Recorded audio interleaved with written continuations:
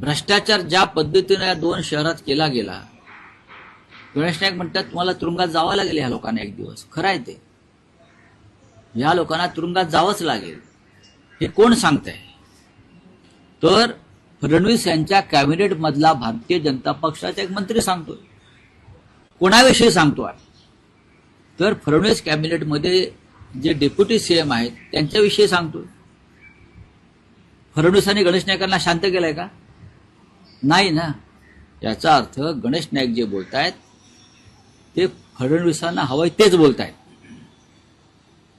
कळलं? लवकरच आम्ही गणेश नाईकांचा नागरी सत्कार करणार आहोत.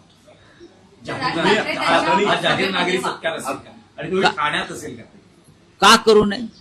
एक माणूस बेधडकपणे काही सत्य सांगतोय जे आम्ही सांगतो, पण सरकारमध्ये असलेली व्यक्ती सांगते.